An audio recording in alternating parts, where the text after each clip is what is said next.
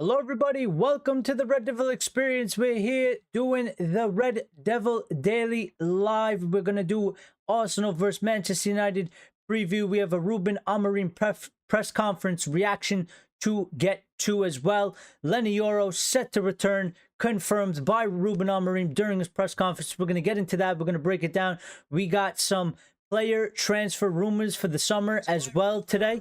So we're going to get into that as well. And we got a couple other loose news to get into, so it's going to be big. It's going to be a big show. Get involved in the live chat. Get involved in the chat after, if you're watching it after, and drop your comments down below the video, and we will have a discussion in the comments like we always do. We interact with everybody. So as you can see, I have a predicted lineup for Manchester United and Arsenal on Wednesday. And just before we break into that, I guess I'll give you a little bit of the breaking news, is that Manchester United will face Arsenal at the Emirates in the third round of the FA Cup. This has just come out. This has just been confirmed as we are going live as well. So not only do we have to play Arsenal on Wednesday at the Emirates, but we're also going to have to play them in the third round of the FA Cup. Away from home, it's going to be another big and tough match and another big test for Ruben Amorim.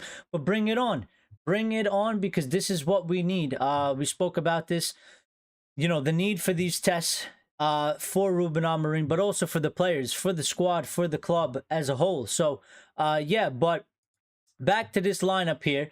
Now, obviously, Lisandro Martinez is not going to be available because he accumulated too many yellow cards, so he will not be involved. As will the same goes for Kobe Mainoo, who is not going to be involved because he also accumulated too many, won't be involved in the match. So we will be without them too, which is, you know, has some fans worried, but I'm not really too worried because I think we have enough depth, and I think the system allows for a good amount of rotation, replacement, and you can kind of fill the gaps with this system and this formation. Lyle is in here. Good to see you, Lyle, as well.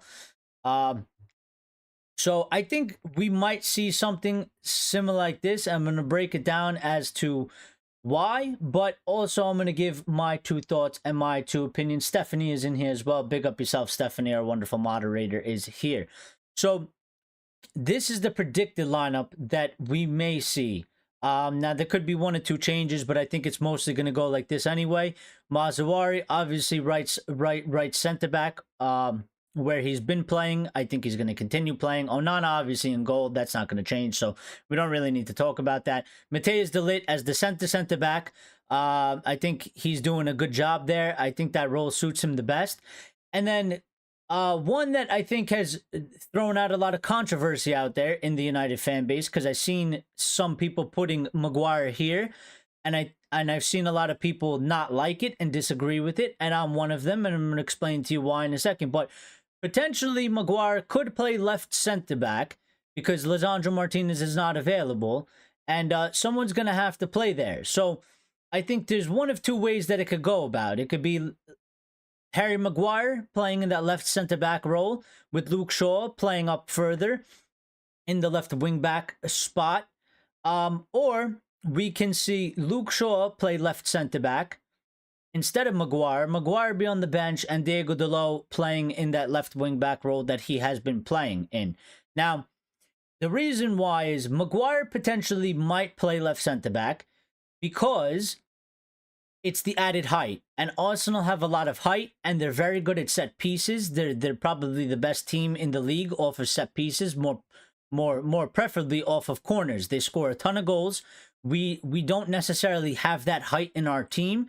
We are a smaller team compared to them, and therefore we will be a lot more susceptible to the corners that they will get. And I'm sure they're going to get quite a few because I think it's going to be a high intensity match with a lot of chances in it. And I think there's going to be a lot of corners, and especially Arsenal, they usually do get a decent amount of corners in all of their matches anyway.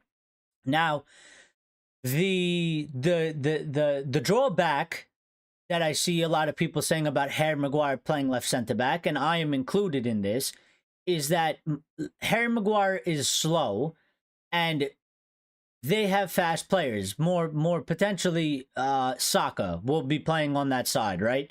And I think on the counter attack, and when we have the ball, and when we are further forward with the ball and lose the ball, because again, we are not that elite yet. So we will make a mistake, we will give away the ball, and we will be susceptible to the Arsenal counterattack. And they are obviously much more well-oiled machine than us at this current moment. And therefore, we will be sort of exposed in the back. Maguire does not have the pace to keep up with this counterattack from Arsenal. He doesn't have the pace to deal with Saka. He doesn't have the feet to deal with Saka. And whoever else comes down that side, right? They have a lot of good creative players, Arsenal. And I think there is a big danger for Harry Maguire to get very exposed. Now, I think we're going to set up in a similar fashion to how Amorim set up Sporting versus Manchester City. A lot more defensive, a lot more for the counter-attack. And even if we do that, I would still play Luke Shaw, because I think you can't set up the whole game to just try and limit just the corners, because corners and set pieces are going to be a small fraction of the whole game. And I think it would be very dangerous to play Maguire over Luke Shaw. I think Luke Shaw can play that position very well. I think his speed in terms of compared to Maguire will offer better defensive cover to these counterattacks that I expect to come. And then you also couple that with Diego Dalot on that side to really shore up that side. And I think that would be a better move for us. Stephanie saying United have drawn Arsenal in the FA Cup third round away. Yes, we mentioned that here as we got started. But thank you, Stephanie, for giving us that update as well.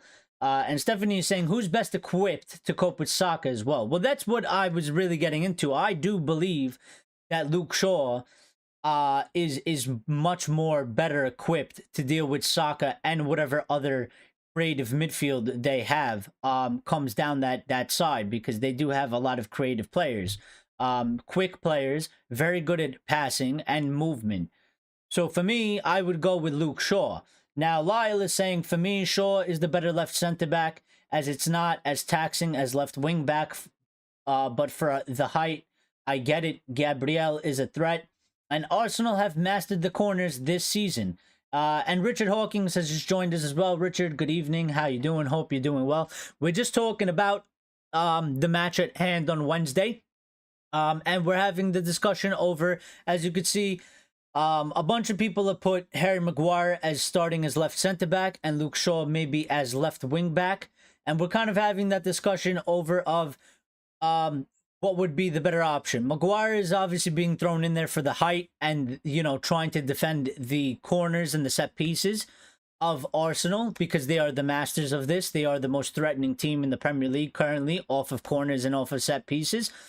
But then there is also the argument, the valid argument, that Luke Shaw is better equipped because he's quicker, he's better with his feet, and he can handle Saka and whoever else comes down their right-hand side, our left-hand side, much better. So, we're talking about this, and I personally think that Luke Shaw is a better fit for this. It's going to be interesting to see how what Amorim actually decides, because I think we're still sort of getting accustomed to Ruben Amorim, so I don't think anybody can definitively say 100% he's going to go with Maguire or 100% he's going to go with Shaw. I think it's a little bit up in the air as of right now, and it's going to be very interesting to see his thinking behind what he thinks, what he's actually going to do. I do believe that he will set us up a lot more in a defensive manner of what he did when he was in charge for Sporting versus Manchester City. Now, I've seen some talk, and I don't really agree with it, and I don't think it's a valid thing, but I think this is mostly the Arsenal fans anyway. I don't really think it's Manchester United fans. But there's been some talk that because Arsenal just absolutely destroyed Sporting in the Champions League over the past week, that is the blueprint to beating Amorim. And I think it's a bunch of silly nonsense, to be quite honest with you, because number one, Ruben Amorim was not in charge for that match.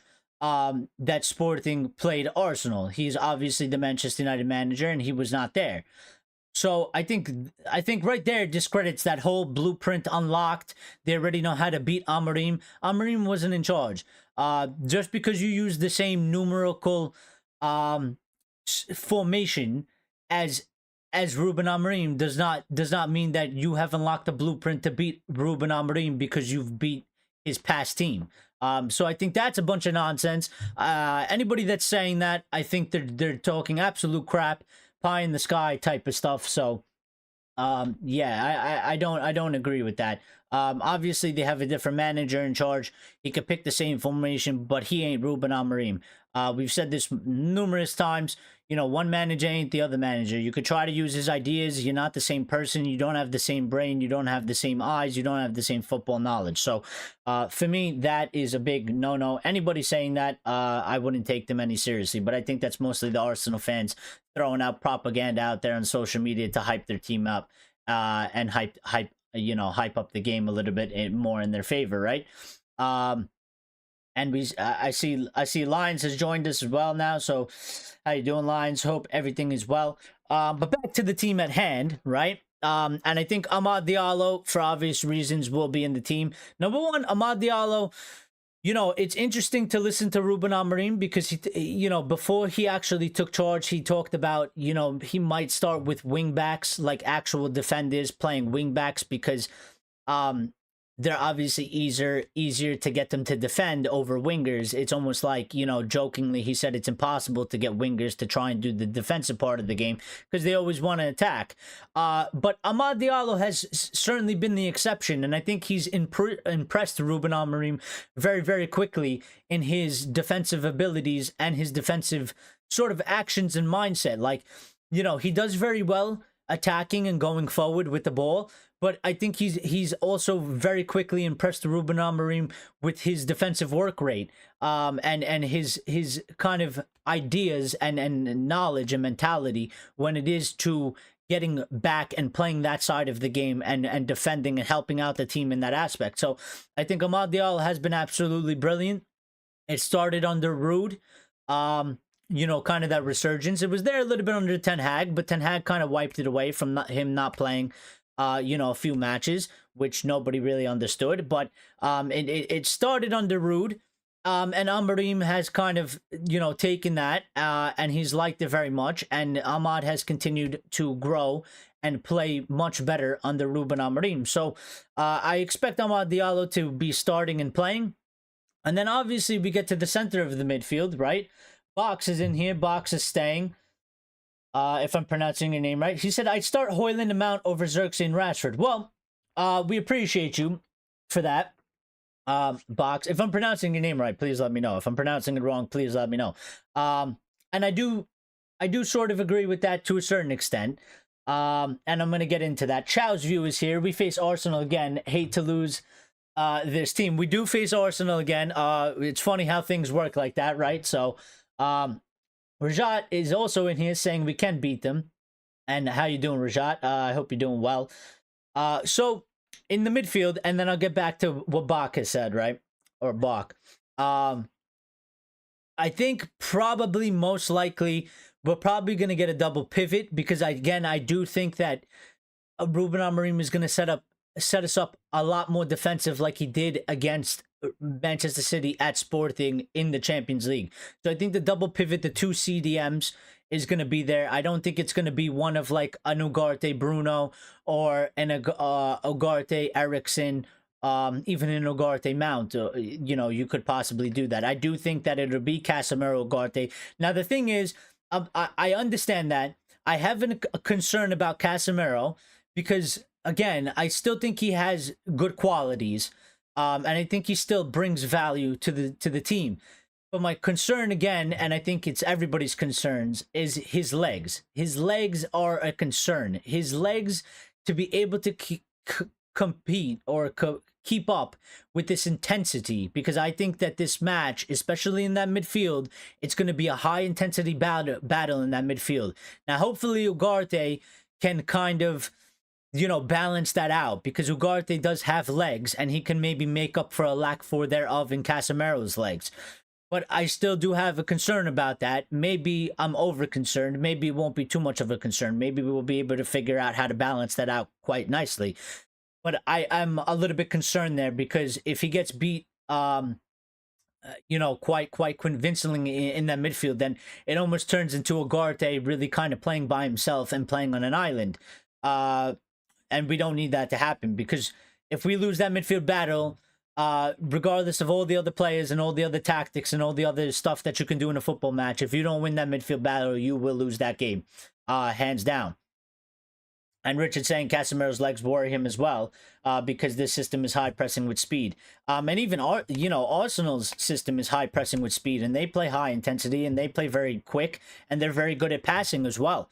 They're very, very good at passing. They're very, very good at unlocking midfields and defenses. So Rajat saying, why not play Delo left wing back and Mazawari at right back? Well, you joined a little bit late, and I did say that. The reason why this is like this is because we don't know exactly what Ruben Amorim is going to do, and I've seen a lot of people put this out, this like a specific one. A lot of people have put this out where they're putting Maguire at left center back and they're putting Shaw as the left wing back.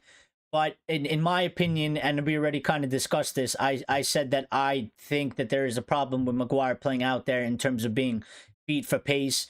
Especially because he's going to have to go up against Saka. If we do go forward, Arsenal can counterattack us very, very good. They're a lot better and well more oiled than us, right? And I think it could leave us exposed, especially with the lack of pace Maguire has. I view Maguire more as a center back.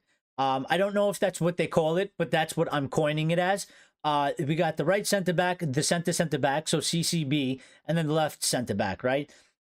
So for me, where De Ligt is, that's where I think Maguire would best be suited for the system and the formation that we play. I don't really like Maguire out there on the left center back side or even the right center back side, solely because of his lack of pace. So I necessarily wouldn't go with this, but this has been thrown out there on Twitter and the internet and a lot of the people from the fan base, and there's a lot of discussion going about it. So I wanted to put this up so we can kind of get this. They call them just center back, but you know what? I don't care. I'm calling it center back. All right, we're going with center back. I like it. Sounds better. He's playing center back. Okay, it's not center. He's in the center of the center backs. Center back. We've coined a new. We've made a new. I'm innovating this on the fly. But yes. Yeah, center back. Now, obviously Luke Shaw is there. You can play Delo there. Delo has been playing there. I think Delo had a better performance last match than the previous match. And I think I still do believe that Delo can play there. I like Delo. I think he has good qualities. I think he's been a little bit out of form. But I expect him, like I've been saying, to get back into his form, and I'm not too worried about Diego Delo. I would hope though that if he does play in that position, that he does have a game. We can't have him having a game like he did against Bodo Glimt or previously, right? We need him to be on top of his game. We need all our players to be on top of his game, but specifically Diego Delo, when he's on top of his game, he's a very influential player. Now, obviously that leaves Marcus Rashford, Bruno Fernandes, and Xerxes. Now, I've seen some people putting Xerxes in there, again, for the height, for the sort of strength in the hold-up, because he is a big lad, right? And he's a little bit bigger than Rasmus Højlund. I don't know if you would say he's necessarily stronger, but I think that because he's much taller, maybe allows him to, hold the ball up slightly a little bit better. He can use his arms, his wingspan, and kind of, shield the ball a little bit better. And then also, obviously, because Gabriel and Saliba are very good in the air as well. And he might have a certain height advantage over them. So I see a lot of people putting Xerxes out there. Obviously now, of course, because he scored 2 goals yesterday, there's a lot more hype about him being up top and playing. For me, though, I would still personally pick Rasmus Højlund. I prefer Rasmus Højlund. I like Rasmus Højlund's game better than Xerxes.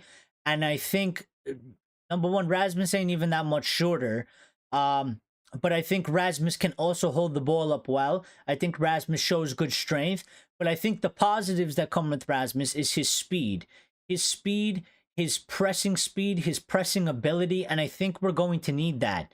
I think the lack of ability of pressing in terms of when you compare Rasmus to Xerxes, I think will hurt us when Arsenal have the ball, because I expect Arsenal to have the ball a lot. I expect Arsenal to, control a lot of the game. And I think we're going to need that speed and that pressure that Rasmus has, that he puts on the back line, that he puts on those defenders when they're in possession of the ball. And I think Rasmus does it the best. I think he does it better than Xerxes. So for me personally, I would put in Rasmus Højlund, and I would start Rasmus Højlund over Xerxes.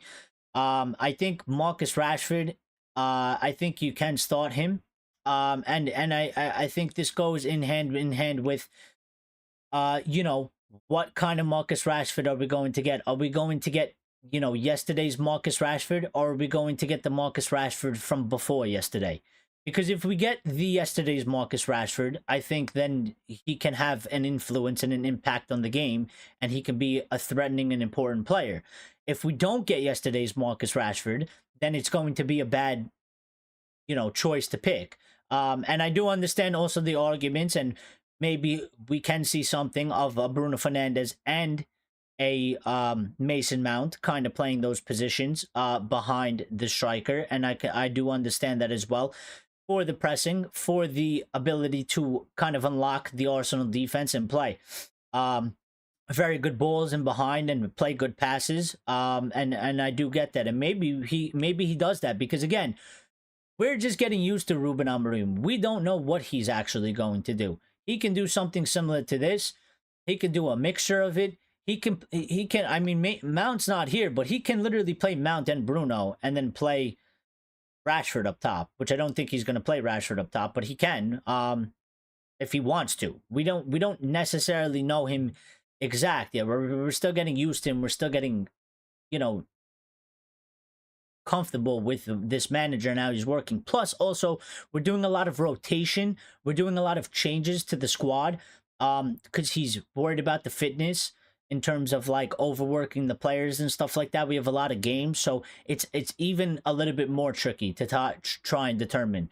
And since he's new, we don't know, what's his preferred players, his preferred players for each position and stuff. So, Richard saying I would move Xerxes into the Rashford position, and play Rasmus up top. And you could do that too, and that's what I really like about this system. That's what I really like about his system, is that we could do like 17 different things here. We really can. You can put Xerxes where Rashford is. You can put Rasmus up top. You can put Mount next to Bruno. You can put Rasmus up top. You can put Rashford. I mean, you can, but I don't know how well it would work. But technically, if you wanted to, you can really change things around. You can put Bruno next to Ugarte or next to Casemiro, play him deep, or you could put a Mount there, or you can put Eriksen there, or you can do all types of things. So Arsenal defense looks beatable this season. Previously, they had been hard to score against under Arteta. Well, I think it's important, and you are right, like they seem a little bit susceptible to a goal. I think it's important that Manchester United go out there and play football. I watched the West Ham versus Arsenal game, and West Ham, in my opinion, like, Arsenal scored about 3 goals on them or something like that. And West Ham didn't play football till they conceded 3, and then they went out and actually started playing football against Arsenal. Like, West Ham were on the pitch, and it was like they were afraid to even attempt to play football because they were afraid that they were going to concede and score goals. Get scored on. And and then they conceded those goals anyway because they seceded all of the play. When they got the ball back, they weren't taking care of the possession in any way, and they were giving it right back to Arsenal. Essentially, just Arsenal was playing like a scrimmage match against West Ham. Then when they went down 3, they actually started to play football, and they started to get a little bit of a foothold back into the game.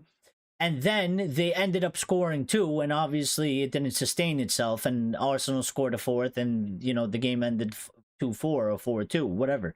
So I think it's important that Manchester United go out there and actually play football. We can't play like we can set up defensively, we can be compact, we can be hard to beat, but we need to play with the same intensity. We need to play or with a higher intensity. We need to play with that determination to go win the 50-50 balls, the duels in the midfield, to try and win every ball. And then when we do get hold of the ball, we have to have good intent, attacking, strong, confident intent, and make smart decisions when we're playing. We can't just, defend for a good 2-minute period, 3-minute period. We finally get the ball back and we give the ball back right to Arsenal immediately. We have to look after the ball as well.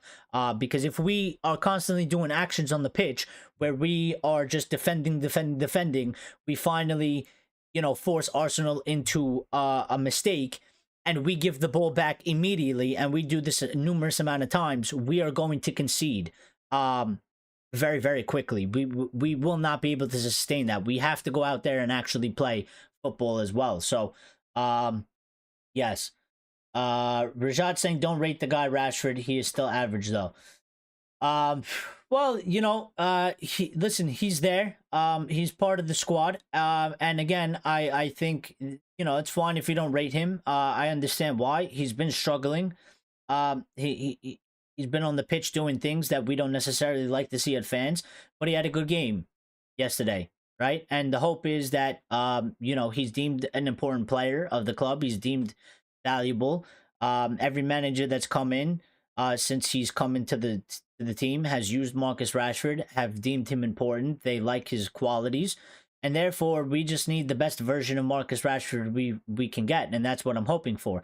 Also, if you believe in this sort of stuff, because it's been discussed, apparently I found out after the live stream yesterday, Marcus Rashford has a new girlfriend, and he has 3 goals in 3 games. So you make of that what you will.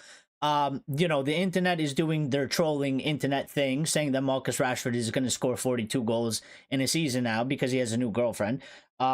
And you know what? If that's what it takes, so be it. I don't really care too much what happens off of the pitch. But if that influences him to play his best game and he scores tons of goals, then I hope that that's true in a way. I don't know. I find it funny. It's entertaining, but I don't take it so seriously. I think, that stuff has to be what it is. Grace is here as well. She's not going to be happy about this. I already know. I'm sure she said something and I've missed it somewhere. But Grace saying Rashford and Højlund don't work. Rashford won't drop in like a Mount or Xerxes does. Well, maybe you're right. I mean, we didn't really get that yesterday, right? Because there was Xerxes. And again, I do like I do like Højlund because he stands on the defensive line and he stands on the last man and puts the pressure on there. And maybe that dynamic won't work. So it's going to be interesting to see. But I do think, as of right now, I do think that Amorim will play Rashford.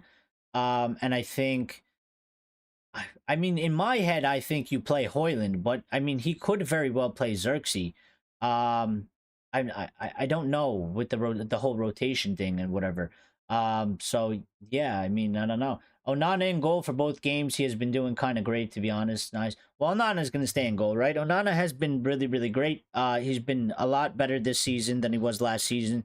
It's been good to see him play in the manner that he's playing. He's been a lot more confident, a lot more stronger. He still has some things about his game that, when you talk about fantastic, great shot stoppers he's a little bit lacking, but he's a lot more confident. He's making a lot more bigger and important saves. He's making himself a real presence in our team and in the matches as well. So it's just good to see, and I'm happy about it because I really hated the whole goalkeeper thing. I hated the whole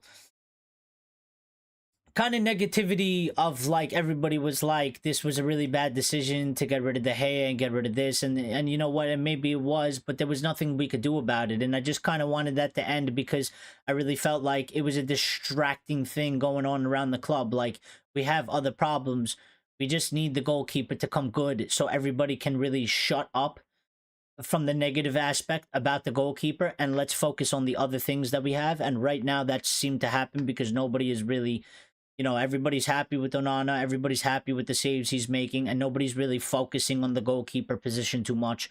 Everybody is focusing on other aspects of the squad and the team, which I deem a lot more important. So yeah. Grace is saying, is Delo going to Madrid? Do I need to learn Spanish? Well, we're going to get into that in a little bit. We do have some news updates as well.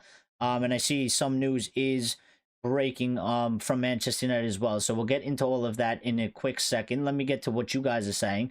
Rajat saying, do not say that Man United can't get after damn cauliflower as Arsenal's left back, center back. Stephanie saying Garnacho and Rasmus combo versus Rashford and Xerxes. Well, I've completely forgotten about Garnacho, and I don't know how because he's one of my favorite players. But yeah, that is true. Let me finish your comment. What are you saying? Garnacho Rasmus combo versus Rashford and Xerxes combo. These might be the formations Amorim is going with as starters. Yeah, and if you look at it in that way, which I didn't really think about it, right, Stephanie, I prefer the Garnacho Rasmus combo versus the Rashford Xerxes combo. Obviously the Rashford Xerxes combo did very well yesterday. But we also played Everton. And we were home. So, and obviously we got the Garnacho Rasmus in the Bode Glimt, which we scored 3 goals as well. So both seem to be working in their own ways. Me, in a personal style, I just like more mobile, attacking minded, making things happen sort of thing. But that is going to be interesting. This is what I'm saying, because we have a lot of players that can play in a lot of these similar positions. So it's actually, in my mind, it's very hard to come up with like the greatest, most effective starting lineup that we could possibly put out right now, because I think, number one, the combinations that are being made, there's like endless combinations, which starts to hurt my head. But then if you look at it in one aspect, like Rashford and Xerxes combination yesterday did well, and then Rasmus and Garnacho combination did well in the previous match. So it's like, how do you really decipher which one is the best one? I'm sure there's maybe an answer there if you delve into it a little bit more, but yeah, just off the top of my head, have we ever signed a player directly from Liverpool, by the way? I'm not counting Owen. I don't think so. Maybe. Box is saying, I think the latest transfer between the last transfer between LFC and MUFC was in 1964. Well, that would be something Richard Hawkins would probably know. And maybe he does. Now putting pressure on Richard. I don't mean to throw you under the on the spot like that, Richard, but Delo has a new girlfriend too. He just doesn't know it yet. That's great. That's Grace. You're gonna get a restraining order, Grace. You're gonna get a restraining order from Delo. Owen was crap. Yeah. Well, he was injury prone as well, so it was kind of bad. You know what I mean? Stephanie's saying, 4 definite starters seem to be Onana, Maz, De Ligt, and Bruno. Well, yeah, that is true as of right now. For sure, Onana is definitely number 1 choice, right? De Ligt is definitely, seems like he's the center back. Don't come at me. I've coined it, and this is what I'm calling it. Accept it, or Grace bans you. Or Grace times you out. But yes, De Ligt in the center back. Maz playing right center back. And I would even say even Diallo as of right now, kind of playing that right wing back spot as well. So and then Bruno Fernandes, of course, as well, who seems to be the automatic starter for every manager. But I think there's a reason for that. Number one, he's also the captain. Richard saying, I would like Rasmus in there for the hold up play and the height. Yes, and but that's why a lot of people are picking Xerxes as well, because they say that he has the height and he has the hold the play as well. I would say that both of them can do it in sort of their own way, but I prefer Rasmus for the press and his speed. That's what I prefer Rasmus there for. Steph saying shades of Cole, York, and Ali and Teddy. Well, if we can replicate that in some sort of way, I'm all here for it. Our last one we signed direct from Liverpool was Phil Chisnell. That was 1964. Damn. Well, that was well before my time.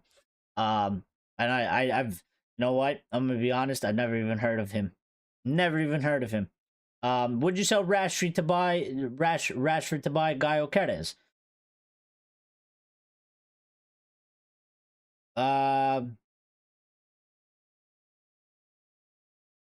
Probably, most likely, maybe. Uh, well, I'm just thinking because it's like if you sell Rashford to get a striker, I mean, we have plenty of options that are playing in this area as well. So it's not like you necessarily would need a direct replacement for Rashford as well. Um, and then I guess it depends what we do with Xerxes. Do we keep him or are we selling him? Does he end up getting shifted back to where Rashford is on my screen right now, and then you kind of have Erasmus and a Victor Gyökeres? Because obviously I do rate Gyökeres. I think he's a very very good player. I would love him to come to Manchester United. Lions does not want to sell Rashford for Gyökeres. Richard says he would. Box says he would. Lions saying 100% no deal. And Rich is saying that he can't stay tonight. Thank you, everyone, and thanks, Eric. Well, thank you for dropping by and stopping by, Richard. We appreciate that.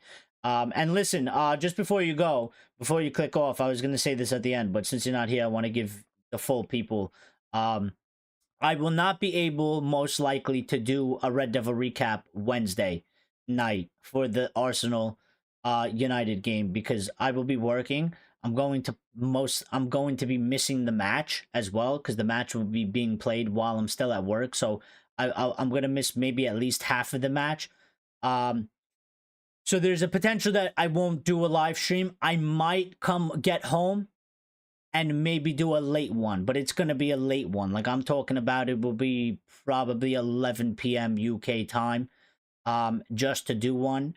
But I don't know how good of it it's gonna be if I can't watch the full match. So, just be aware that if I might still go live, but if you don't see it and don't expect one right after the match because it's not gonna happen because I won't be home to do it. So, just to let you guys know that ahead of time. But yes. The line says, "Gosh darn it, bloody work." Yeah, I know. Eric can't do Red Devil Wednesday night because we will be humbled and he will be crying in bed with a ton of ice cream. Well, I'll take the ice cream. But listen, no, I think Grace, maybe we will be humbled, but I think there is a chance for Manchester United to go out there and beat Arsenal. I think we can beat Arsenal. I think it's definitely on the cards. I think we can do it. I think it's going to be a very tough match, but I think the players.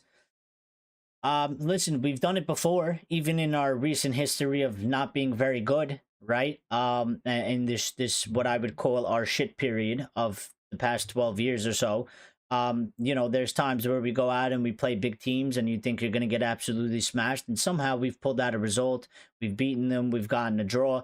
And then other times, we've gone out and been absolutely embarrassed. So, and we have been very, very harshly humbled. But I think United can give Arsenal a very good game in that aspect. And I think if we give them a very good game, I think anything can happen. Because I think, like Box said, Arsenal are not the impenetrable team that they were last season or even in the previous season before that. I think there are goals there to have been to get. And the past two matches or so, we've scored 7 goals. So it seems like we're finding our rhythm in creating chances and scoring goals, which is very good because it's the right period to kind of hit that right now. And I think the team sort of has that confidence in it right now in the recent form, and hopefully they bring it with them to the Arsenal match. So. And Lion says the ball is round, anything can happen, and that's also another thing,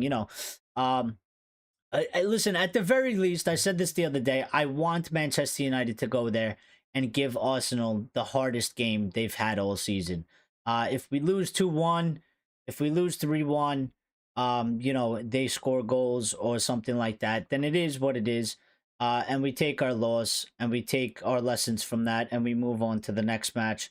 Uh, but I want Manchester United to go there and give them the hardest match they've had all season long. And I think we can do that. I think Ruben Amorim I think he's a smart man. I think he will prepare us in a very smart way. Um, he's faced these challenges before. And I think, you know what, in his short time and short experience, I think for Ruben Amorim, I think what helps him actually in his experience is managing a team like Sporting and coming up against these so-called what compared to Sporting, they are giants in terms of like a Manchester City or an Arsenal or whatever, because I think they faced Arsenal in the past as well. Um and playing these teams in the Champions League and having to set up your team, knowing full well that the other team's opposition has a much higher quality than your players, and still being able to play and be competitive and maybe get a point out of it or even get a win, or just making it very difficult. So, do you think Delo can play midfield as a Casemiro replacement? I wouldn't play him there personally. If anything, I would put Maz there. I think Maz could do that. For sure. I think Maz can do that for sure. I wouldn't necessarily put Diego Delo there. But I don't know how he would do there. It would either be I feel like I feel like it would either be a complete disaster, um, or maybe it would go pretty decently well. But if it doesn't go decently well, I think it would be a disaster if he plays there. Um, but I actually think that the law will probably play left wing back. Well, at least right now. Again, I have no clue what a Ruben Amorim is going to do. He can literally do the opposite of what I'm saying right now. But I actually think that the law will play left wing back and Luke Shaw left center back. Unless he really does, unless he is super actually worried about the height in Arsenal's team and the set pieces, then Maguire will go where Maguire goes. What if Ruben Amorim decides he puts Maguire where De Ligt is and De Ligt where Maguire is? Um, do you guys think that De Ligt is faster than Maguire, or are they about the same speed?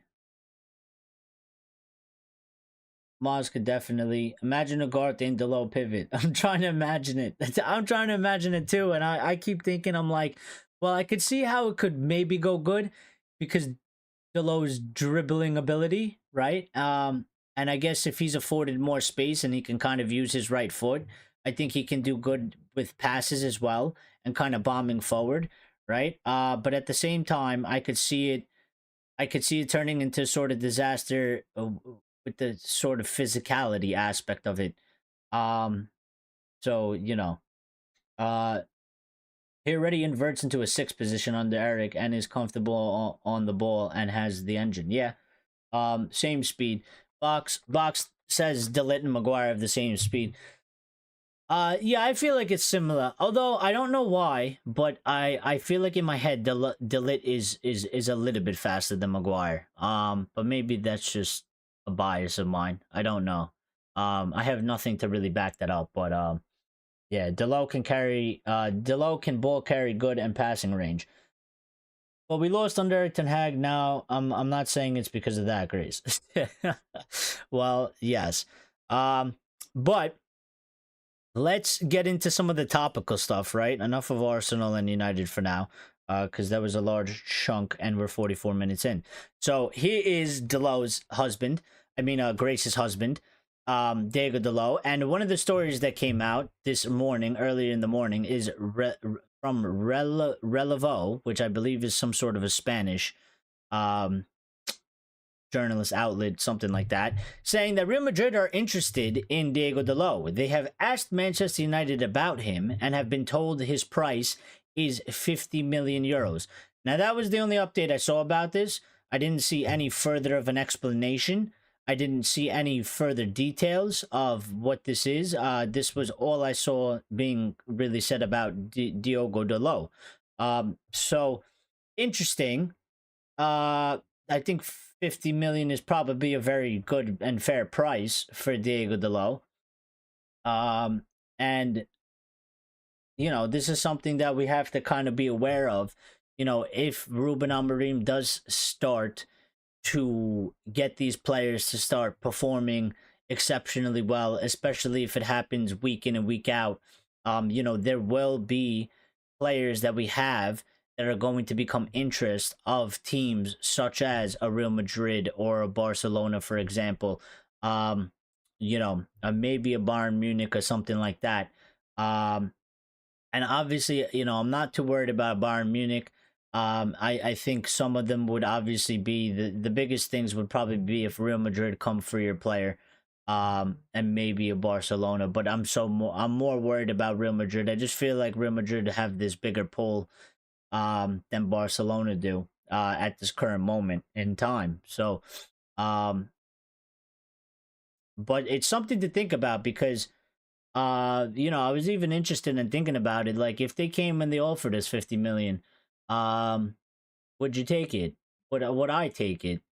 And I would, based on the fact that I think it's a good price, but I also like Diego Dalot, and I value him as a valuable player to the squad. So I would be very reluctant to do so.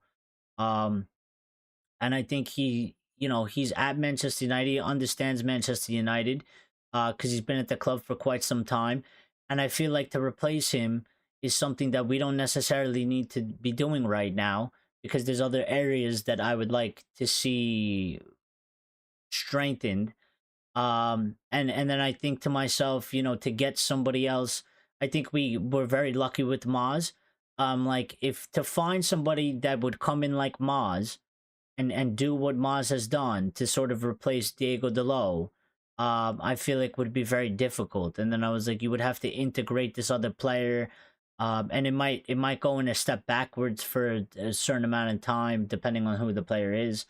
And this would obviously be in the summer. I'm not talking about January because I don't think that would happen in the January, in any way. So, Delit versus Maguire versus Dan James in 100-meter race.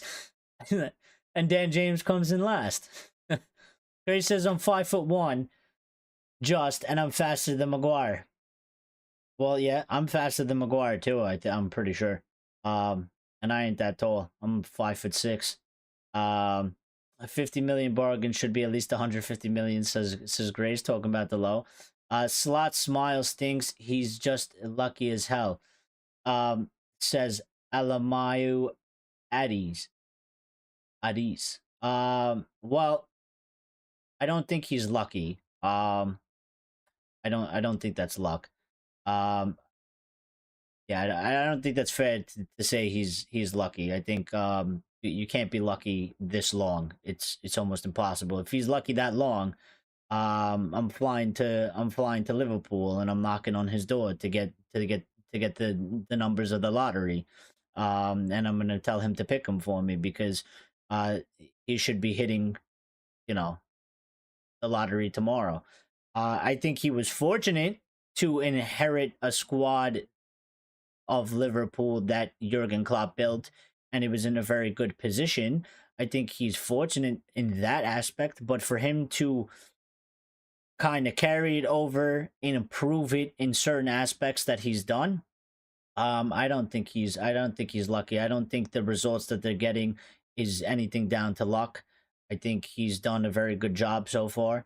And he's obviously a good manager in a very certain aspect. Now, again, this is sort of their also honeymoon period, right? He's new, first year season type of things. I think you take the first year season type of manager, couple it with that team that Klopp left him, which is a high performing quality team, and I think you could see why they're going on this run. It will be yet to be seen how it goes for him, further in the year. Also, if they start suffering some type of injuries, setbacks etc., etc. Year 2 is going to be important. Year 3, if he's still there, um, will be important to see how it actually goes down that line. But yes. Madrid probably sorting out backup plans to Trent Alexander-Arnold. Well, yeah, possibly, and also I think they're trying to go for Davies as well. So I don't know what they're really doing there. Line saying we can't sell him. Maz was Wan-Bissaka replacement, not the low.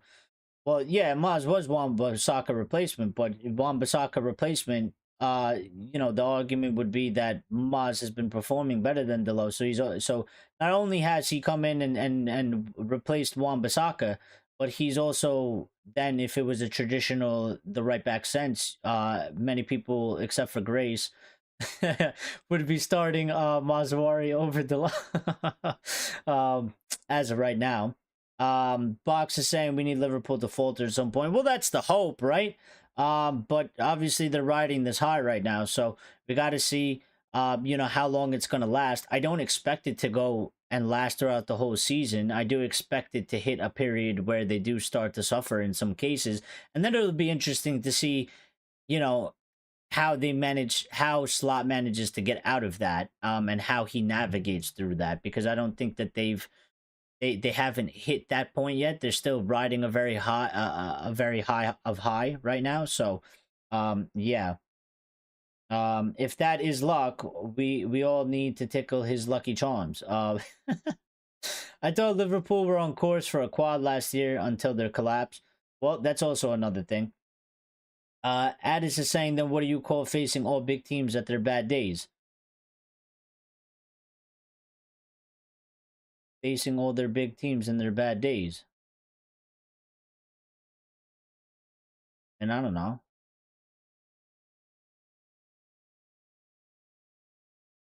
But you still have to go out there and win matches. Still have to pick the right teams. You still have to get your teams to. You still have to get your players to perform. He's obviously got them performing better than everybody else's teams. He could have went in there. He could have had them underperforming, and then when you play these other teams that are underperforming or maybe at their worst, um, then they're obviously not going to win matches in the way that they're winning matches. So, sure, maybe he's fortunate in that, but I wouldn't put it all down to luck. Maybe some things he's lucky with, but I don't think the total thing that's going on at Liverpool right now is I wouldn't say it's 100% luck. Um, Madrid like a free transfer recently. Mbappe, Rudiger, Alba. Well, yeah, I mean it's a good business as well. You're getting like big players, and you're not paying transfer fee, and you're getting them into your club. So, um, yeah, I mean we all hate Liverpool. I hate Liverpool, but you gotta give them credit. I don't necessarily like chalking things down to luck, in the grand scheme of things. There can, listen, sometimes obviously there's a bit of luck in football in every in aspects, right? When you play a match, sometimes there's a little bit of luck, but there's a much bigger picture, and there's a much overarching thing than luck. I don't think, like, I hear that all the time where people, like, they play this match, maybe they hit the post, maybe this happened in the game, and then people just chalk it down to, oh, they were lucky. I'm like, well, maybe in a small instance, but in the overarching theme, no, there's other reasons for that. Luck is just like fairy tale dust. Um, you know, like fairy magic. Um, it really comes down to other things. But to the other topical news that we have. So Amad Diallo has been performing exceptionally well, of course, as of late, as well. And Manchester United sources, this is coming from Mike McGrath, say that Ahmad's contract is firmly on the agenda in the next weeks. Ruben Amorim will hold talks over the winger's future and is believed to be keen on keeping him. So obviously everybody wants Ahmad to stay. Everybody wants a new contract for Ahmad so that he stays. It's important that we, you know, it's important that we nail this down and get it confirmed. I have no doubts about it. I think it's obviously going to happen, and it's only, um, it's on the agenda for the next few weeks. So probably by the new year, probably by January, there will be an announcement that Diallo signs a new 5-year deal at Manchester United, gets a bit of a pay increase, which he probably deserves. Well, he definitely deserves. But deserves in terms of, what some of the other players are getting paid compared to him and how he's performing, and stuff like that. So very good, happy about that. Be looking forward to the announcement on that. Now, this came out today saying that Kenan Yildiz is one of the top names on Manchester United's shortlist for the attacking midfield position. And this is coming from Pletigol. The update that kind of, the more information update from Pletigol is saying that he's obviously one of the top names on Manchester United's shortlist for attacking midfielder position. The club are impressed by his development and monitoring him closely. However, Yildiz currently has no plans to leave Juventus next summer, which might be a wrench in the transfer thing. But playing a little bit hard to get, maybe doesn't want to necessarily leave. But maybe if we go for him, we sit down, we can convince him about the project, and maybe we convince him to come to Manchester United. I think as of right now, he's in the midst of a season. He's probably not really thinking about it. They're probably not entertaining any offers. His agent has not been told, or maybe he's told his agent, we're focusing on the season. When we get to the summer, we'll if something comes across, we'll think about that and discuss it at that time. But what's interesting about him is a little bit of a player profile on him right now. So he's played 14 matches in the Serie A. He has 3 goals, 2 assists this season. He has an XG of 1.4. He has an assists of 2.2 per match so far in the Serie A. He's played 5 Champions League matches for Juventus. He's got 1 goal. Yes, and he has a very high.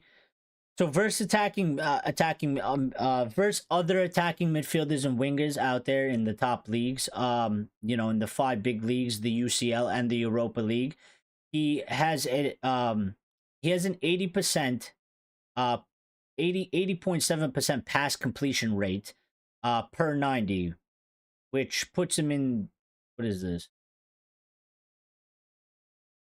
It puts him in the top 83, percentile for passing completion.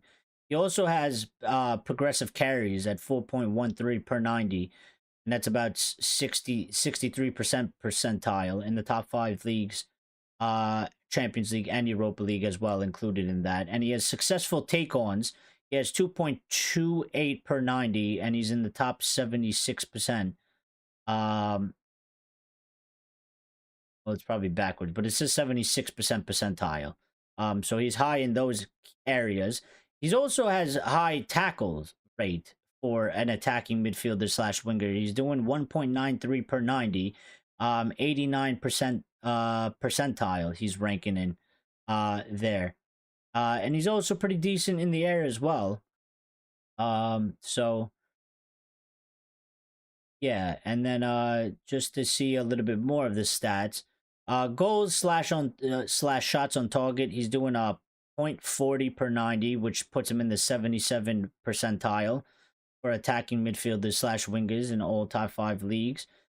His XG or goals XG is plus 0.12, which puts him in the 85% percentile. Non-penalty goals is all of his goals are non-penalty goals.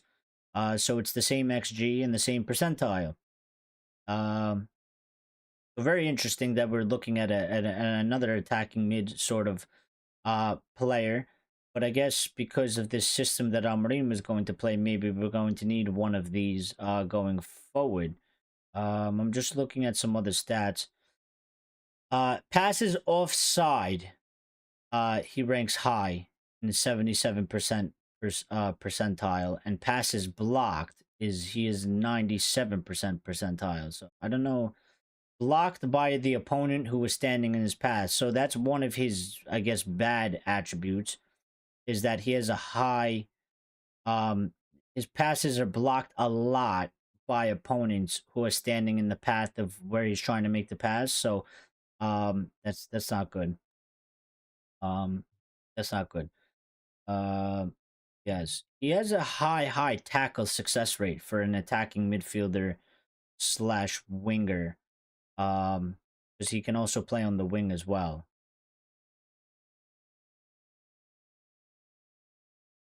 Possession. He seems like a very decent player because I don't watch Juventus and I don't watch the Serie A, so I can't tell you how good he is. I've heard of his name, I know about him. Um, but yeah, one goal in the Champions League, so United will pay 89 million. Then, well, I don't think so. I think the old Manchester United would pay 89 million. I don't think this Manchester United will pay 89 million. I don't think Ineos will pay 89 million. And just stick with Mount. Well, Mount can stay as well. It doesn't necessarily mean that we don't have, that we can't get him. Also, I'm a big fan of baklava, so bring the Turkish delights. No, I think he's a decent player. Um, to get he's 19 years of age, so young player. He was born in Germany, but he plays for the Turkish team. He's obviously a Turkish international already. Plays for the Turkish, you know, uh, national team. Players that are similar to him is Alberto Moreno, Callum Hudson-Odoi, Mohamed Kudus, uh, Felipe Anderson, Ruben Loftus-Cheek, uh, Julian Ponake, plays for Laurent. Couple players out there. Iman Ndiaye of Everton. So similar sort of profile. These players that he has to them as well.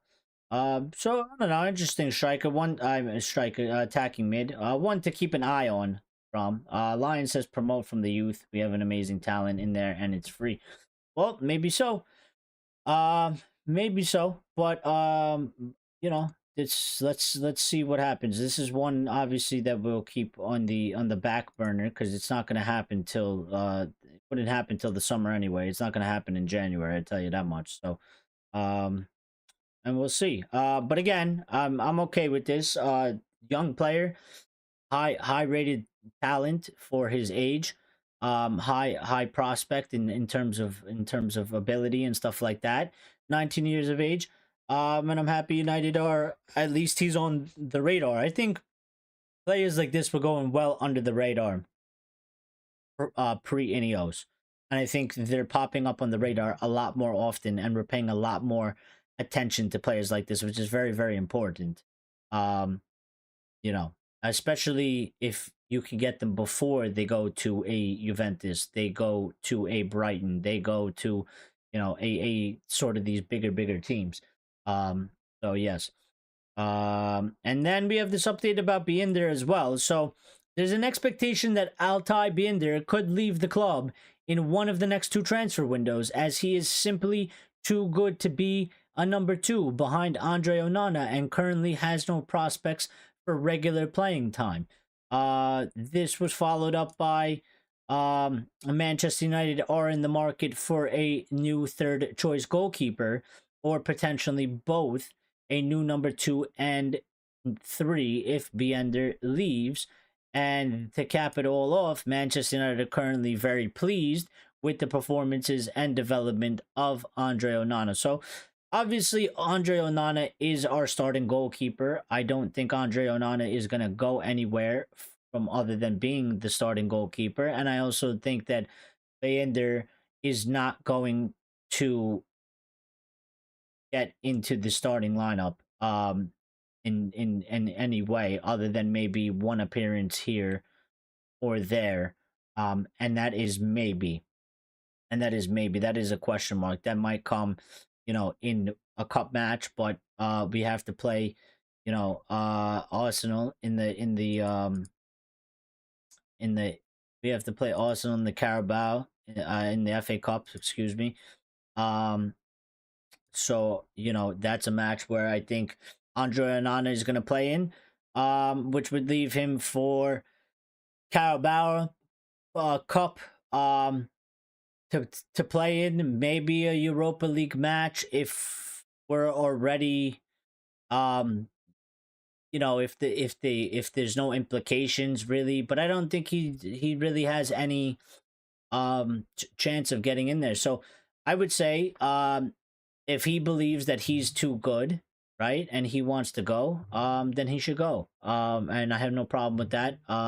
Go. If you're not happy with being number two, the life of the goalkeeper, there's only one spot, and it's very hard to get your spot if you're not, brought in to be the main guy right away. So, I would tell him if he's unhappy, then he can go. I'm not too fussed about it. I think Onana is rightfully our starting goalkeeper. So, um,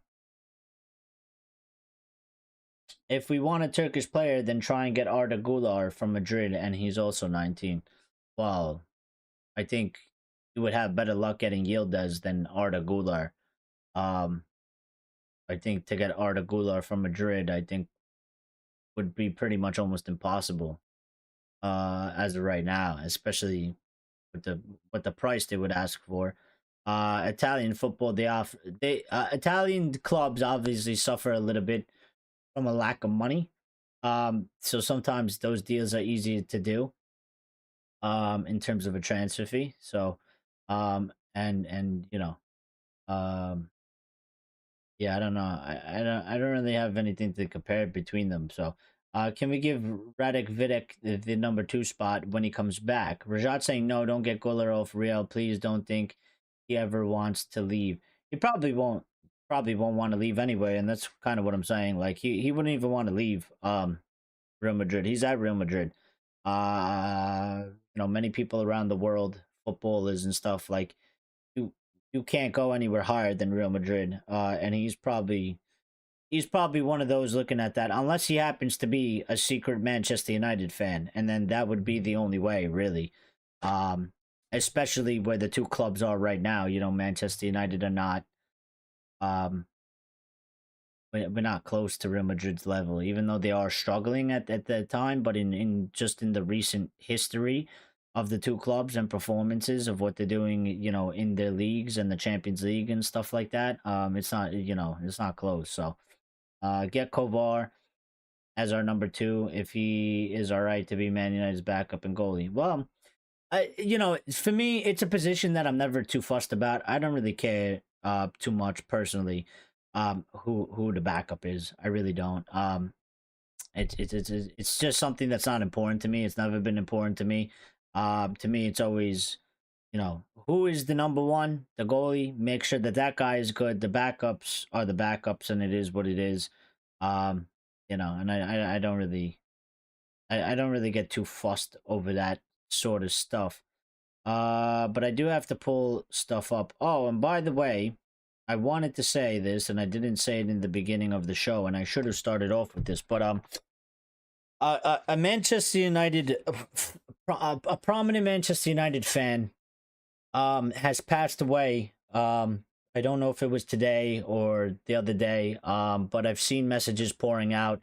And his name is Abdullah. He worked or was a part of Stretford Paddock. He was on Stretford Paddock, the YouTube channel, and I just wanted to just send out my condolences to him, to his family and his friends and stuff like that.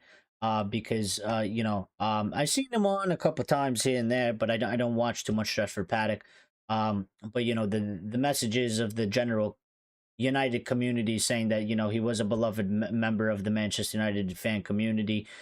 He was known for his kindness and his deep passion for football, and significantly enriched fan discussions through his work with Stretford Paddock. And he was there, when they were known as the Full Time Devils. So he was there for a long time. And it's just a massive loss for everybody that obviously knew him, or was a fan of his work and followed him. And I've seen many people that say they know him or they've followed him, sharing stories about how much they that he meant to them. He was a young guy. I don't even know his age, but he was very young, so it's very sad. And he made a real difference on people's lives through his discussions with Manchester United. And my thoughts are with his family during this tough time. I don't know him, never met him. Um, don't know anybody in his family, but I do know that he is a fellow Manchester United fan that loved the club very, very much, dedicated his time, um, you know, to discussing Manchester United, and Manchester United was a big part of his life. And we've lost a member of the fan base, one that was very prominent. So I just wanted to pay my respects to Abdullah, and send that out there, and rest in peace to him, and may his family find some sort of peace, one way or another. So yeah, I just wanted to put that out there because I seen it on social media. So yeah, rest in peace to Abdullah. Um, sure. But one of the things that we didn't talk about, and it's a little bit weird to jump back to that, but one of the things that we didn't talk about, and that we didn't do, was that I wanted to do Ruben Amorim. How much time has the show gone on? Jesus, just a young guy. No, I mean he was a very young guy. I don't know his age, but I seen him before. And you could tell in his face that he was very young. He might be younger than me, of how young he is, or maybe he's around the same age. So yeah, very sad. Those things suck, especially when somebody doesn't get to live out the rest of their life. So um, it's always very, very sad. Um, but Lenny Yoro nears returns for Manchester United clash with Arsenal. Manchester United's promising young defender Lenny Yoro, who has been out with a metatarsal fracture since July, is nearing his return to the squad for the upcoming match against Arsenal. Coach Ruben Amorim has expressed optimism about Yoro's recovery, although an exact return date remains unconfirmed. But he did say more into that, and we're going to get into that. Meanwhile, there are growing concerns about the fitness of Captain Bruno Fernandes, who was seen with an ice pack on his ankle following a recent match. I'm not concerned, by the way. Despite earlier reports suggesting Fernandes would be fit, recent updates indicate his participation against Arsenal might be in doubt due to this injury. Um, I don't necessarily think that is 100% accurate, and I'm gonna get into I'm not accurate, but I don't think it's 100% of a concern, and I'm gonna get into that because we're gonna do Ruben Amorim press conference and what he said. So Ruben Amorim has said that let me just pull the quotes. Amorim asked about Leny Yoro, said maybe Leny Yoro will be in the squad. I think he's in better physical shape, so I think he'll be in the squad. I think he's a special talent. So not only is he hinting that Leny Yoro will be on the bench, and may potentially play in the Arsenal match, maybe get some minutes, but also throwing in there that he thinks that Leny Yoro is a special talent, like many of our fans do believe. I mean, obviously, he's been seeing Leny Yoro behind the scenes where we have not, which is only perpetuating the hype around Leny Yoro, because we obviously want to see him come back. There was a lot of hype about him when we bought him.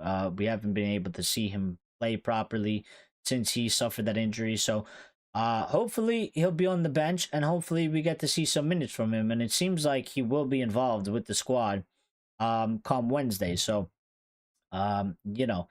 that is the positive news there. Amorim asked on why the press conference is at Old Trafford instead of a meeting with the staff. We are trying to create a link between Carrington and Old Trafford. All right. I don't know who asked that question, but you fucking wasted a question. Uh, I swear, some of these journalists and some of these people that are allowed to go in there and ask questions. You should be denied asking further questions for asking a question like, why is the press conference at Old Trafford? Nobody gives a shit if the press conference is at Old Trafford, if it's in the Emirates Stadium, if it's on the street of Manchester. We don't care. Nobody cares about that. Why are you asking that? Amorim on the squad against Arsenal. There's one training session left, so we have to see. Some players were tired. Well, I bet, because we did a lot of pressing in over 2 matches. And we played 2 matches in what? Thursday, Friday, Saturday, Sunday. In 4 days, 2 matches in 4 days. So Amorim on Yoro saying he's a special talent. We have to be careful. We haven't had many sessions together. He is very fast, which is excellent for a center back, and he is a modern defender. He is very good with the ball. I'm very excited. We have to manage the minutes at the beginning. And Amorim also saying that Arsenal are by far the best team he's going to face since his arrival. Every game is a test. The last game yesterday was very difficult. Everything is a test because there are not many minutes to train, and you have to try to manage the players' minutes. So, well, I do agree with that 100%. And I said this yesterday, and I alluded to it a little bit today. This is a big test for Ruben Amorim. It's a big test for the players under Ruben Amorim, and it's a big test for the club. And we want these big tests. We encourage these big tests. You can't not be afraid. We can't be like, I don't want to play Arsenal right now. It's too soon. We can't be all afraid. We need to go out there and we need to test ourselves to the highest possible thing. And it's a good test. It's a good learning experience for the players under Amorim, but for Ruben Amorim himself. So, bring it on. Bring that on. Amorim on what he expects from the players. It's important to be brave. And again, I didn't read these, by the way, before we did the show. So if he says things similar to what I said, it's just we have, great minds think alike, I guess. But it's important to be brave. It doesn't mean pressing all the time. We have to understand the game. We have to we have to have the ball. That's a key point. We want to dominate certain moments of the game because it's difficult to control the whole game. And I think that is as accurate as to what I said in the beginning of the show when we first started, and even why I said that Manchester United, for Manchester United to succeed in this match, like, we need to play football.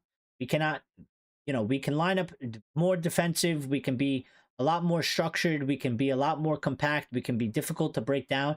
That's all good and fine. But we can't go out on that pitch versus Arsenal and play scared. If we play scared, and we don't try to play football, we will lose the match. 110%. If we have a game plan, we stick to the game plan, we make it tough for them, and then we also play football, we can take that game to them. And he says it here, like, it's important to be brave. We cannot play scared football. If the players go out there and they play scared, they will lose the match. They will concede goals, and they will lose the match. You have to be brave in these matches. And like he points out, like, it doesn't mean that you have to press 90 minutes all over the pitch and absolutely completely outpress the crap out of Arsenal, and completely obliterate him. You have to play smart. You have to play to the correct game plan. You have to understand that, number one, we're away from home. They're going to, control large parts of the matches, but we must dominate certain moments within that game to make it as difficult as possible for them. So, Amorim on Bruno Fernandes's exit yesterday says he's ready to play. He doesn't need much rest. He's ready to play.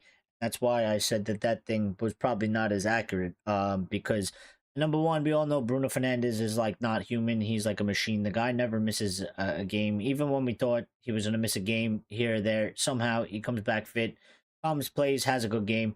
Like nothing ever happened. And I expected that. A little ice pack on Bruno's ankle. I was never really worried. I always thought that he was going to be part of the match and play. So, Amorim just confirming that he's ready to play. He doesn't need rest, doesn't need much rest. He's ready to play. Amorim on the fans singing his name, and I thought this was an interesting take. because I've seen a couple people, respond to this in different ways. But Amorim said that I don't like my name being sung. I'm a little bit embarrassed. I'm the coach. They have to sing for the players and for the club. I appreciate the connection with the fans, but I want them to support the players because they are on the pitch and I'm off the pitch. I'm honored. I feel the connection with the fans, and I know we need results to maintain that connection. Um, he also said something close to the fact of like, because I had a comment on this, right? And I did say that, here. Because he said, I don't like my chant. I am the coach. I appreciate the connection with the supporters, but I want them to have the connection with the players. I feel the connection with the supporters, but we need the results to maintain that. And I responded by saying like, Ruben Amorim understands the fans' mentality. Like, sure, we chant his name now, but if he doesn't get the results that are expected of him and that are needed for the club, the fans will not be chanting his name in a positive way at the very least, right? They might be chanting his name, but it would be negative, or they won't be chanting his name at all. And I just said that, he's staying humble and he's staying smart about it. He understands the task at hand. He understands the fan mentality. He understands the club mentality. He understands, sort of the ethos going around Manchester United. And he understands that, while he appreciates the love from Manchester United fans, he's not naive, and he understands that, you know, it's because I'm new, and I've started off doing a good job. But if I'm not doing a good job and I'm not getting results and I'm not having the team play well and I'm not doing what I'm supposed to be doing, you're not going to give me that love. And he's certainly right, because that goes with anybody. And he doesn't. He wants it more on. You could tell from a team aspect. He wants the focus to be more on the players, the squad as a whole. It's not just him. He's not just the guy. The players on the pitch playing, they're the ones doing the actions. They're the ones that are making things happen on the pitch. So, again, he's trying to bring it back to it's not me. I'm not, Lord and Savior. This is a club. This is a team aspect. It's not just about me. We have a whole team here. There are players that play on the pitch. I am on the sideline. They are doing the actions on the pitch. They are scoring the goals. They are winning the games. They are just taking my instructions. So, I think it was a very good answer, very humble answer, and very smart answer. Amorim Mazawari saying, I don't see him much in training because he recovers with the series of matches. In matches, he is an excellent player because he understands the game.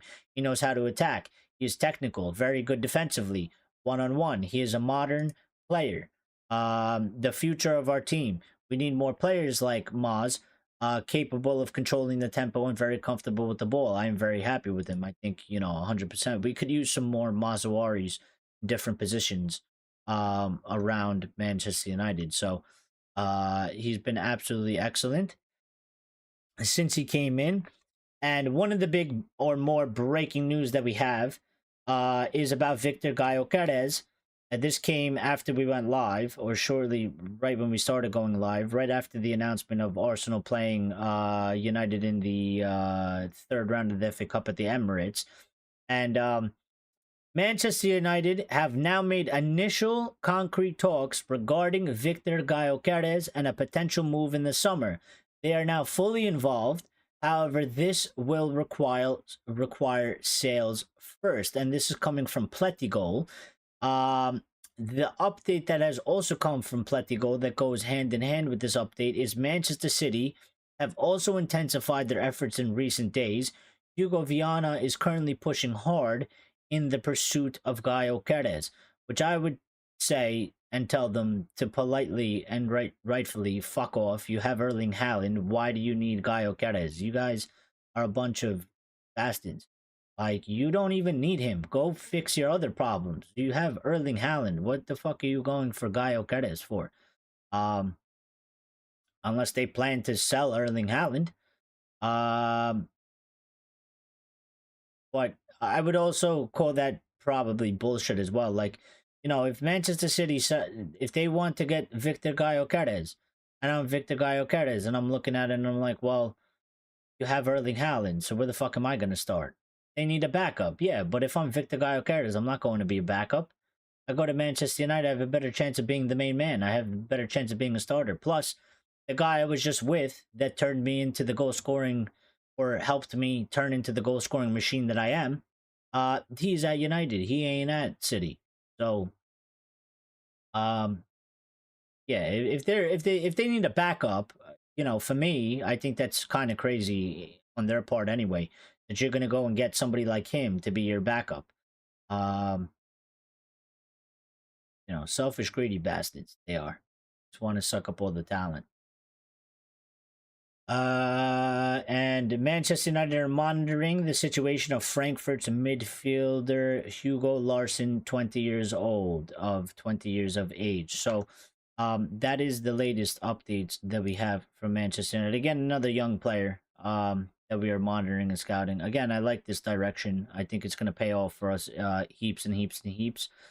And I think it's going to create a lot high end competition. But at United, he might end up being backup if Hoyland starts to perform. Well, I think right now, right, if you bring him in, I think the competition between Hoyland and Gyökeres would be one of very good. And I think if Hoyland starts to play very good, I think there would be a big argument in between who you pick to go for one or the other. I think if you bring Gyökeres to City, I think everybody would be like Erling Haaland is the automatic starter, and he would have to try and displace Erling Haaland. And plus also the fact that Ruben Amorim has worked with Gyökeres, I think gives him a little bit more in his pocket, I would say. Because he knows what he can do. He knows the type of player he is. He's already performed for him, and therefore maybe it gives him a little bit of boost in terms of he doesn't have to fight as hard or wait as long to get his chance to be the starter as he would under Manchester City. Because I think Pep Guardiola would keep obviously Erling Haaland there as the starter, and Gyökeres would have to try and dislodge him in one way or another. Whereas under Ruben Amorim, there might just be the whole aspect of, I know this player, I know his quality, he's absolutely fantastic. He's going to be my main man, and Rasmus Højlund will be the backup. And if Rasmus Højlund ever starts outperforming Gyökeres, or Gyökeres is in a lesser form, then we switch them. We play the more informed player. But yeah, yeah, it would be good too, because Gyökeres he's a little bit older, right? He's a little bit more experienced. He's played in a couple different places as well, so it would be good for Rasmus as well to kind of learn off of him, but also push him as well. He's 26, so compared to Rasmus, he's a few years older. And but I think it would be good. I think he also fits the profile very well. Like 26, he's not too old, he's not too young, and I think you have a good core of strikers there that you can then build with those strikers for the next 5 years plus. So no, I want Gyökeres to come. I think it'll be healthy, good competition for Rasmus anyway. I'm not too worried about Rasmus. I think Rasmus will continue to be an important and good player for Manchester United, and I expect him to continue to develop as well. So, not too fussed about it. But listen, we're gonna end today's show there because I gotta go. I have to do some things, and it's quite late. So thank you to everybody that's tuned in. Thank you to everybody that smashed the like button for me, because it helps the channel grow. If you haven't smashed the like button, please do so. It takes 2 seconds of your time, and it massively helps the channel out. If you are new and you subscribed, thank you. Make sure you hit the notification bell, the little icon, so you get the updates when we go live. And hopefully we win against Arsenal. I'm going to try to do my best. I'm going to see. I don't, it's not very likely that we will do a live on Wednesday.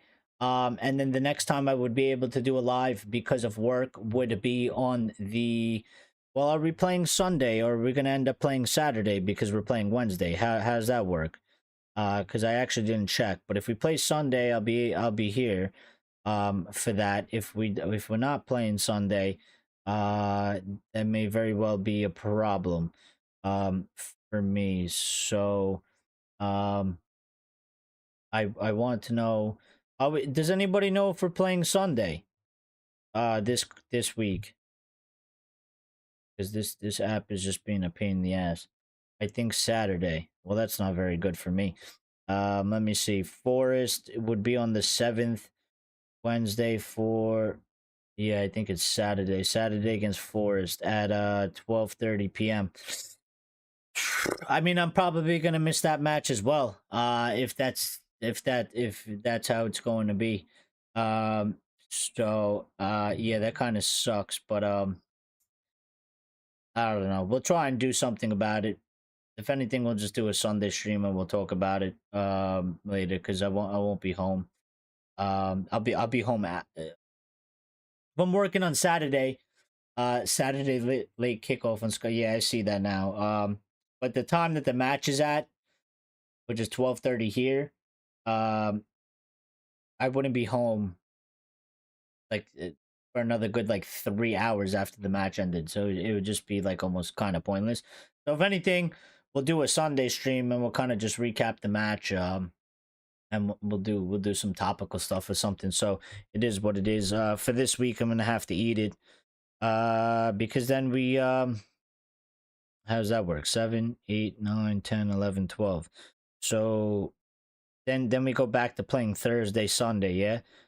So when we go back to playing Thursday, Sunday, then I'll be able to I mean, the Thursday match I won't be able to do it, but the Sunday match I will be able, which will end up being Manchester City down the line. So yeah, we're going to have to just we're going to have to just suck it up and take the L these weeks. So take care. Maybe I'll be able to do the late stream on Wednesday, but Saturday seems very, very chalked, so we'll have to do it Sunday. So until then, take care. I'll let you guys know if I try and get one up on Wednesday evening. I gotta get my software career up and going. Well, in due time, you got to do things right. Priorities. We gotta get things. We gotta do things right now. And right now, I need to work and I need to get my money. So, don't worry. There's time to do it. We'll figure it out. But everybody, take care. Be good. Take care of yourselves. We'll speak very, very soon. Um, and hopefully we win on Wednesday. And we'll talk. Take care of yourselves.